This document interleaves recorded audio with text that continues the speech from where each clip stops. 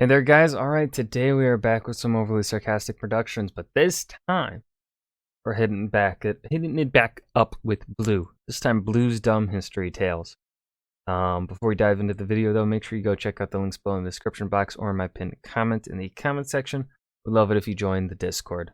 So yeah, got nothing else to say here at the beginning of the video. Let's just go ahead and hear the Dumb History Tale.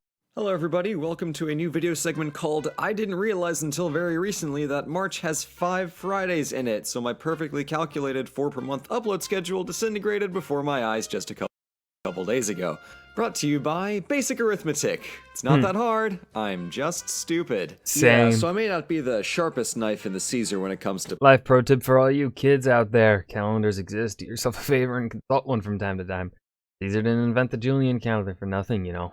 planning stuff, but I'm really good at talking about dumb things in history, so today I bring you top 5 hilarious, dumb, or otherwise interesting history stories to impress your friends. These are all bite-sized tales that are all mostly Stories number 5 and number 2 are dubious, but other than that, it's legit dumbassery only. probably true, but history does tend to embellish itself with time, so grain of salt.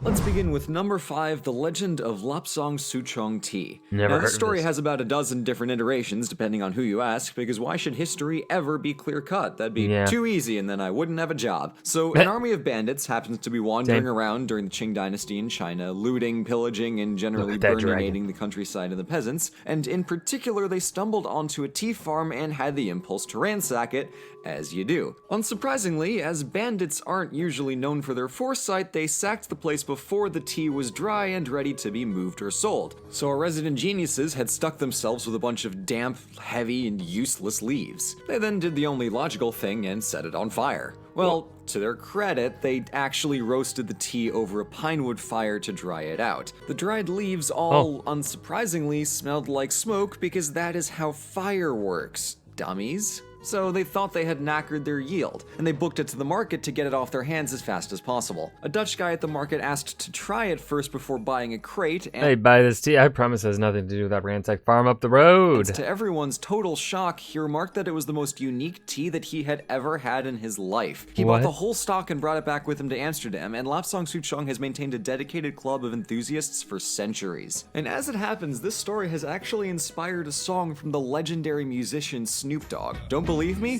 Just listen to this. Hope you're ready for the next episode. Hey. Smoke Tea. every day. We now move on to number 4. The Elegy of the Elephants. So basically, Hannibal had a bunch of elephants at his disposal with which he used to give the Romans a bad time. First, he carted them across the Straits of Gibraltar into Carthaginian-owned Spain, and then, in order to get them across a bunch of rivers in France, such as the Rhone River, he had to make a bunch of rafts covered with dirt and grass to trick the elephants into thinking that it was land, when they actually had to cross the river in the middle of a battle. Some elephants bought it, but a lot of them didn't trust like that, so they jumped off and swam across. Luckily, none died.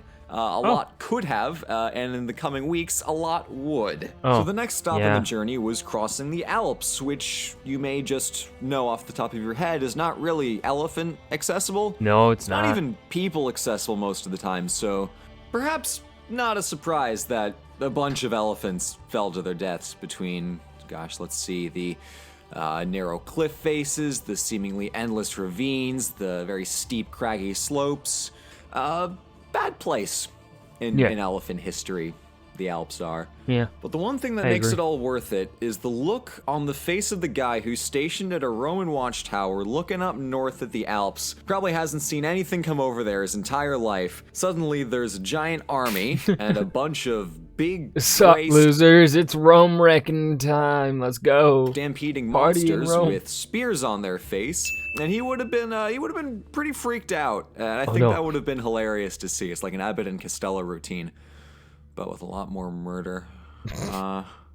Blue. Anyway, next story. On the subject of fantastical beasts, let's stay in Italy, but wind the clock forward a couple thousand years to number 3, the Unicorn Conundrum. To understand the world that the people of the Renaissance were living in, medicine is a tough deal.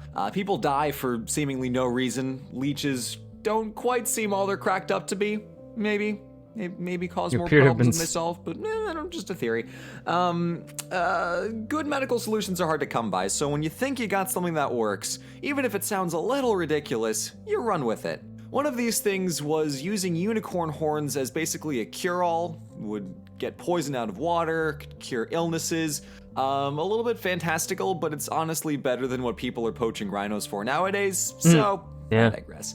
In Florence in the 1500s, Cosimo I, not the banker from the show, the other guy, the Grand Duke of Tuscany, decided that he wanted to get his hands on a unicorn horn. And there are documents that show a correspondence between him and one of his many informants, advisors out and about in the rest of Italy that says, "Send word to the man who sold..." Oh, but by the way, the show, the Medicis, pretty good show. It's on Netflix. I enjoyed it. 3 seasons.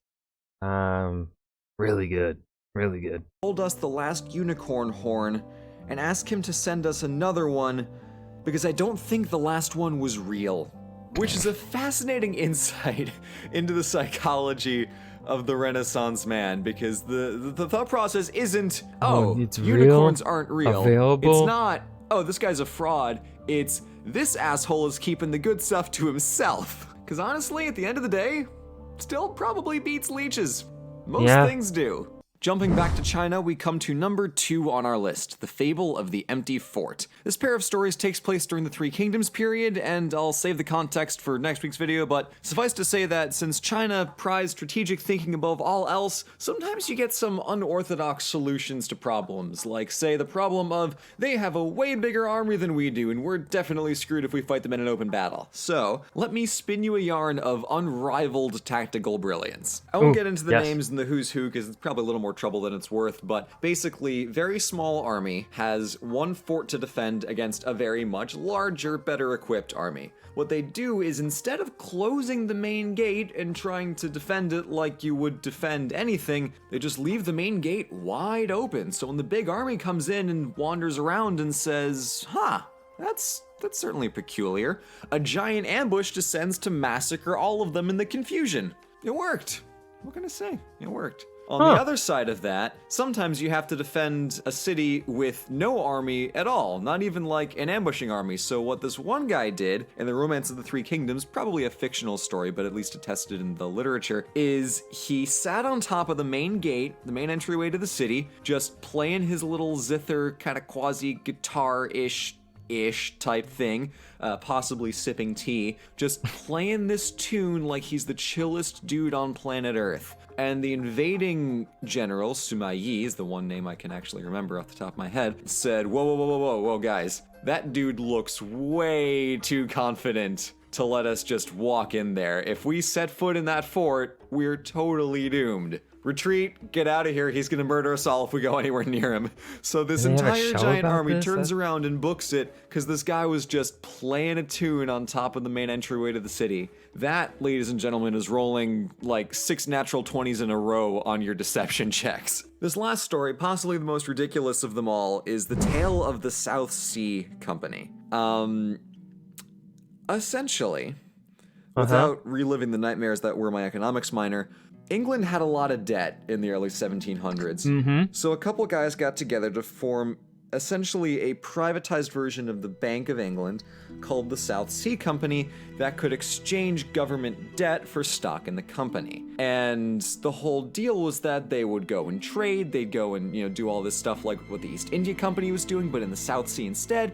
It would be a good time, everyone would have fun. The South Sea Company, having some pretty substantial government support, started doing really well on the English stock market. Its value almost consistently rose throughout its, spoiler alert, brief history.